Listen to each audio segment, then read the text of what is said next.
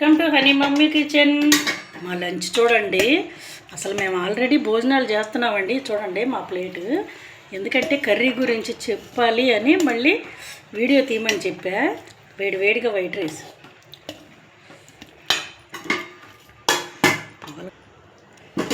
చెట్టుకి 8 కాయలు వచ్చినాయండి, కాకరకాయలు. సరే నేను గబగబ కట్ చేసేసి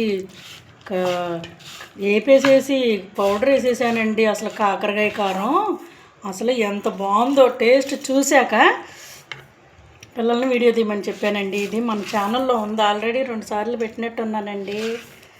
చూడండి ఒకసారి మీరు. అసలు ఎంత టేస్టీగా ఉందో, నోరు బాగున్నప్పుడు కారం కారంగా తినాలి అనిపించినప్పుడు ఇట్లా చేసుకోండి. వీడియో ఉంది మన ఛానల్లో, అసలు చూడండి ఎంత బాగుందోనండి టేస్ట్. అసలు పిల్లలకి పెడితే నేను తింటున్నానండి, అందుకే వీడియో తీయమని చెప్పే బాగుందని.